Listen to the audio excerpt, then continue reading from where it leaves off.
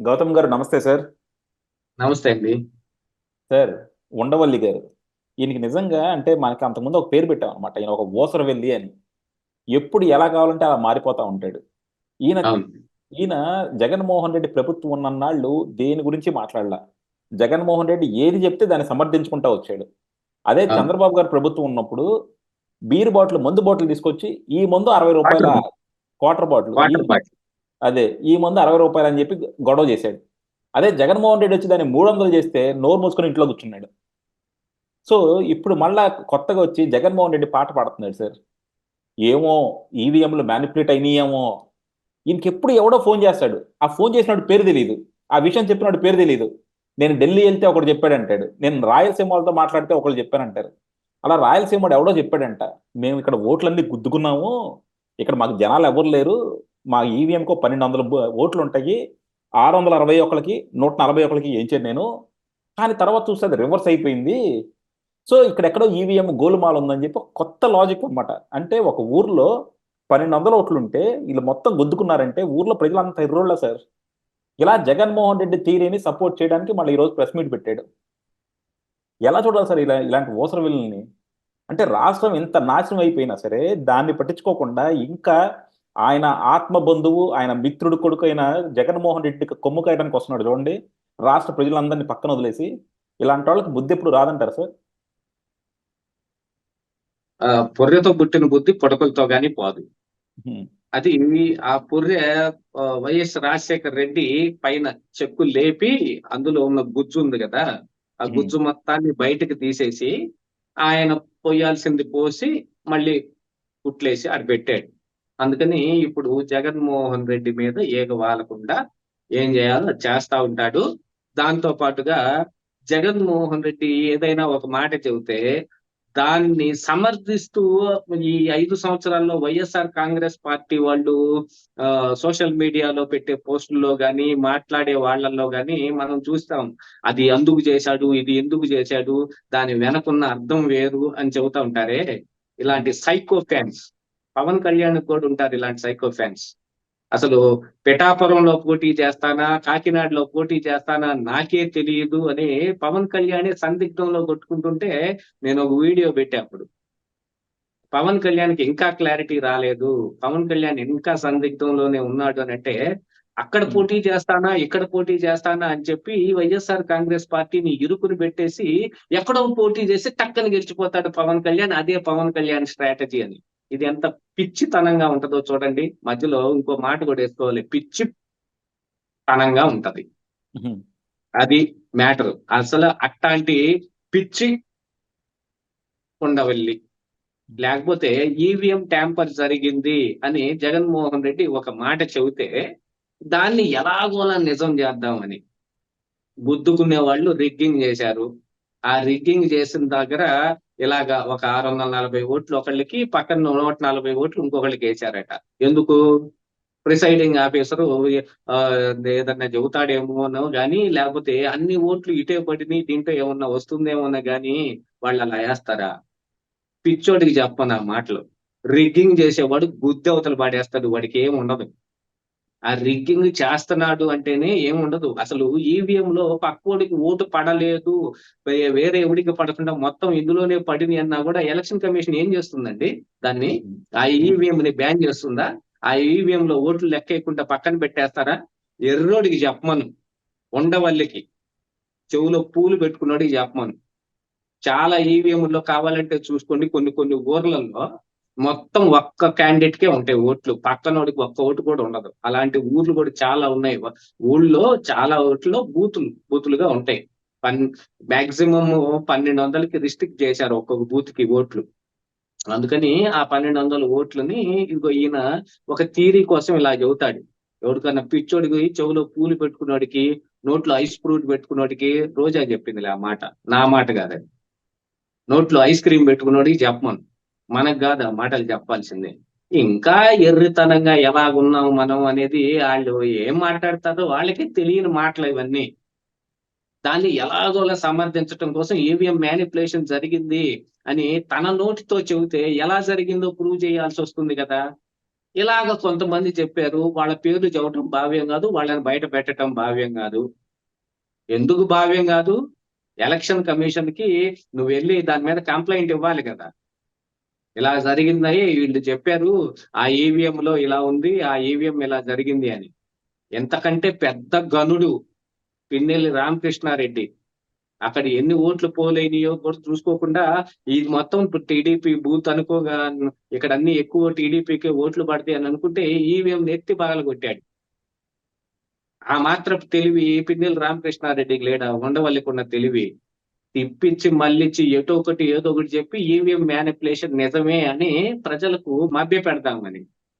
EVM manipulation ఎవడి వల్ల కాలేదు. ఆ విషయం అయితే ఒకటి అర్థమైంది. ఎందుకంటే అది ప్రీ లోడ్ అయ్యేది అనుకోండి. ఎలా అవుతుంది ప్రీ లోడ్? ఒక క్యాండిడేట్ కాబట్టి నాకున్న అనుభవం నేను ఒకటి చెబుతాను. ఆ క్యాండిడేట్ల అందరి సమక్షంలోనే ఈవీఎం ర్యాండమైజేషన్ చేస్తారు. ఈవీఎం నెంబర్ ని ఆ నియోజకవర్గంలో ఎన్ని బూతులు ఉన్నాయో అన్ని ఈవీఎంలు తీసుకొచ్చిన తర్వాత అది ఆన్ సైట్ ర్యాండమైజేషన్ అవుతుంది. ఆ నెంబర్ ఫలానా బూత్ కి ఈ ఈవీఎం వస్తుందని నెంబర్ ని ర్యాండమైజేషన్ క్యాండిడేట్ ముందు చేస్తారు. అది వాళ్ళు ఊరక ఒకటి ఈ లిస్టు రాసి ర్యాండమైజేషన్ చేయటం కాదు. ఆన్లైన్ లో ఇప్పుడు చూసింగ్ పద్ధతి ఒకటి ఉంటుంది చూసారు, సిస్టమ్ చూజ్ చేస్తుంది అది. ఆ బూత్ కి ఆ ఓట్లు వస్తాయని ఎవడు చెప్పగలుగుతాడు? ఆ ఈవీఎం వస్తుందని. ఈవీఎం లో వైఫై కానీ బ్లూటూత్ కానీ కనెక్ట్ అయ్యే అవకాశం లేదు. అందులో చిప్ ఉంటుంది, అందులో రికార్డ్ చేసింది ఉంటుంది. ఆ రికార్డ్ చేసిన దాన్ని బట్టే చెప్పాల్సింది. మరి దాంట్లో మ్యానిపులేషన్ ఎలా జరుగుతుంది? ఇజ్రాయెల్లో ఒకడు చెప్పాడులే, ఈవీఎంస్ అన్నిటిని నేను మ్యానిపులేట్ చేయగలను.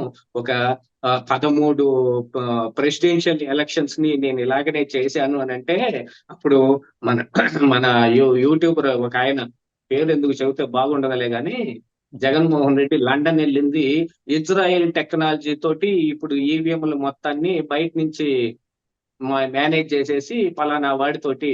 ఎందుకంటే వాడిని ఒక పెద్ద పత్రిక వాడి మీద కన్నేసి పెట్టి వాడు ఏం చేశాడో దాని మీద చెప్పటానికి కోసం అని వాళ్ళు ఒక హిడెన్ కెమెరా తోటి కొంత ఫుటేజ్ కూడా షూట్ చేసుకొచ్చారు 2 గంటల పాటు. వాడు ఎన్ని చెప్పాడు ఈవీఎంల గురించి అన్ని చెప్పి, తీరా వాడు మీరు ఏదైనా స్పెసిమన్ చూపించగలరా అని అంటే టెలిగ్రామ్ ని వాట్సాప్ ని వీటిని మ్యానిపులేట్ చేయటం ఎలాగో వాడు నేను చేస్తాను చూడండి అని చెప్పి. చిన్నపిల్లోడు చేస్తున్నాడు ఈ రోజుల్లో.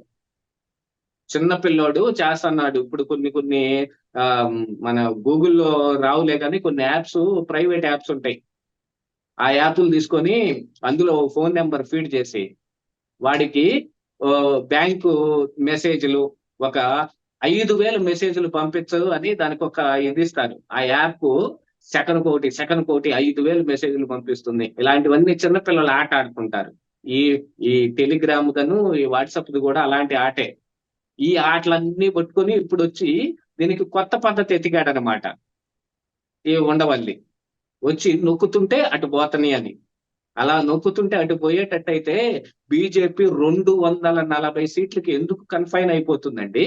సిగ్గున్నోడికి చెప్పాలి ఆ మాట. ఉండవల్లికి ఏముందో ఆయనే చూసుకోవాలి. 240 సీట్లకు ఎందుకు ఆగిపోతుంది? వాళ్ళు కనీసం గవర్నమెంట్ కి వాళ్ళ సొంతగా మెజార్టీ 272, కనీసం దాన్నన్నా తెచ్చుకోరా? అలాగే సార్, ఇది ఈ రోజు ఉండవల్లికి ఎవరో చెప్పారు కదా, మరి ఇదే మాట 2019లో చెప్పలేదే. 2019లో కూడా జగన్కి వచ్చిన మ్యాండేట్ ఈవీఎంల వల్లే. ఆ రోజు ఎందుకు అనలేదు ఉండవల్లి? మరి ఆ రోజు రాయలసీమ నుంచి ఎవరు ఫోన్ చేయలేదు ఆయనకి?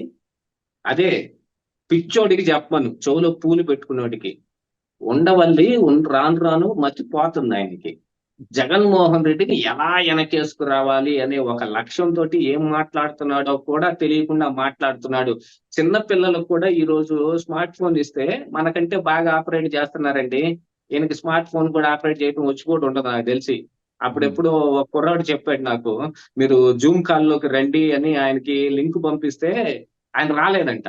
ఏంటంటే రాలేదని ఫోన్ చేస్తే ఏమిటన్నా దాదా అని ఏదో అర్థం కాకుండా మాట్లాడుతుంటే పరిగెత్తుకుంటే ఆయన ఇంటికి వెళ్ళి ఆ ఇంట్లో చూస్తే ఏమో ఇందులో ఏదో నువ్వు చేసి పెట్టు నేను మాట్లాడతా అన్నాడు.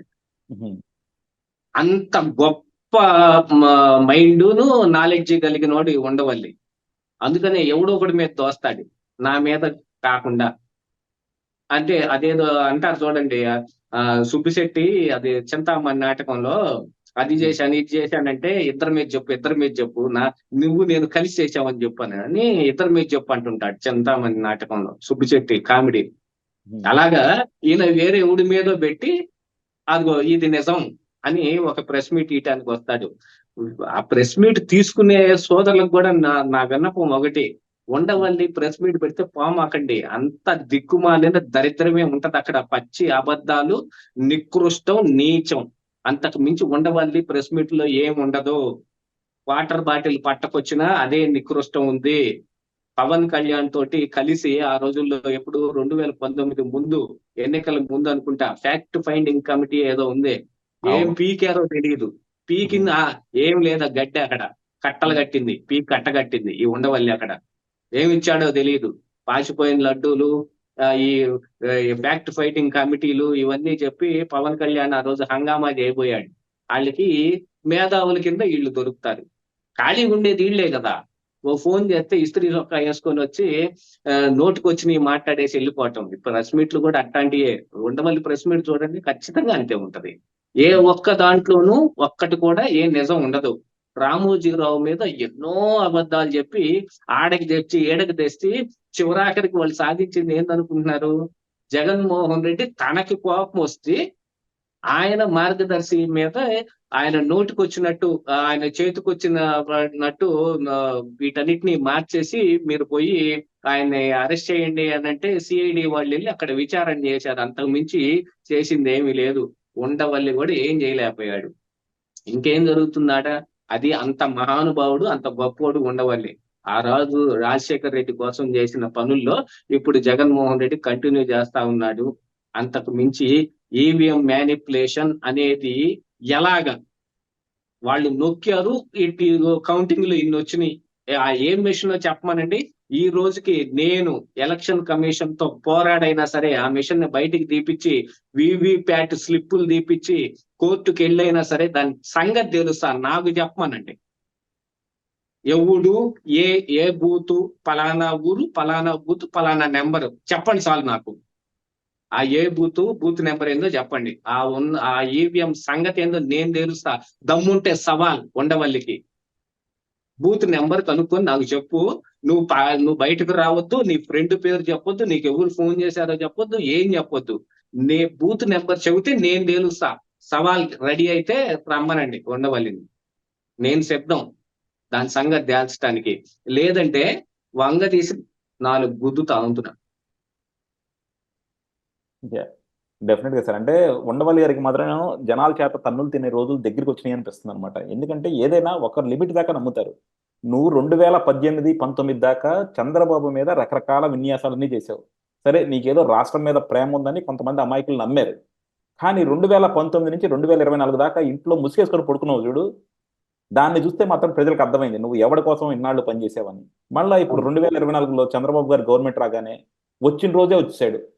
స్పెషల్ స్టేటస్ తీసుకునే హక్కు ఈయనకి ఇప్పుడు వచ్చింది, ఈయనకున్న లాబింగ్ లో స్పెషల్ స్టేటస్ తీసుకోవచ్చు. ఆ రోజు అయితే చంద్రబాబు గారి చేత ఎలా అయితే అవిశ్వాసం పెట్టిద్దామని చూశాడో, సేమ్ ఇది కూడా ఇప్పుడు మళ్ళీ అదే ట్రాప్ లో పడేద్దాం, ఈయన స్పెషల్ స్టేటస్ తీసుకోవచ్చు. మరి జగన్మోహన్ రెడ్డికి జగన్మోహన్ రెడ్డికి ఎందుకు లేదంట అదే రాజ్యసభలో ఆయనకి లేదా? ఇప్పుడు ఈ రోజుకి ఉన్న విషయం ఒకసారి గుర్తుంచుకోండి. విజయసాయి రెడ్డి మన ప్రెస్ మీట్ పెట్టి ఏం చెప్పాడండి? మాకు కూడా రాజ్యసభలో 11 ఎంపీ సీట్లు ఉన్నాయి, తస్మాత్ జాగ్రత్త, బిల్ ఏదైనా సరే మా ఆమోదం లేకుండా బయటకు పోదని. మరి స్పెషల్ స్టేటస్ తేలేరా ఆ 11 రాజ్యసభ సీట్లు పెట్టుకొని? సిగ్గుండాలి ఏదైనా మాట్లాడటానికి. ఇంతకు ముందు మొన్నటి దాకా ఉన్నారు కదా గవర్నమెంట్ లోనే, అదే మోడీ ఉన్నాడు, అదే జగన్మోహన్ రెడ్డి ఉన్నాడు, అదే రాజ్యసభ సభ్యులు ఉన్నారు, అదే దీంట్లో బిల్లులు ఆమోదం చేయడానికి వీళ్ళందరూ ఓట్లు కొట్టేశారు. ఎందుకు రాదు స్పెషల్ స్టేటస్? నీకు సిగ్గుంటే తీసుకురావాలని బుద్ధుంటే వచ్చుద్ది. ఆయనకి చెప్పాలి జగన్మోహన్ రెడ్డికి, అయ్యా స్పెషల్ స్టేటస్ తీసుకొచ్చి మా అందరి పరువు కాపాడు అని. చంద్రబాబు నాయుడుకి ఒక్కడికే పట్టింది స్పెషల్ స్టేటస్ తీసుకురావాలని. ఎందుకు లేదు? మోడీకి లేదా? జగన్మోహన్ రెడ్డికి లేదా? 25 ఎంపీ సీట్లు నాకేంటి, నేను తేకపోతే అప్పుడు చూడండి అని సవాల్ ఎవడు ఇసరమన్నాడు జగన్మోహన్ రెడ్డిని? దానికి చెప్పు సమాధానం. ఎవడు చెప్పేవాడు ఎవడు లేడు. అంత చెవుల్లో పూలు పెట్టేవాళ్ళే, అంతకు మించి ఏం లేదు ఇక్కడ.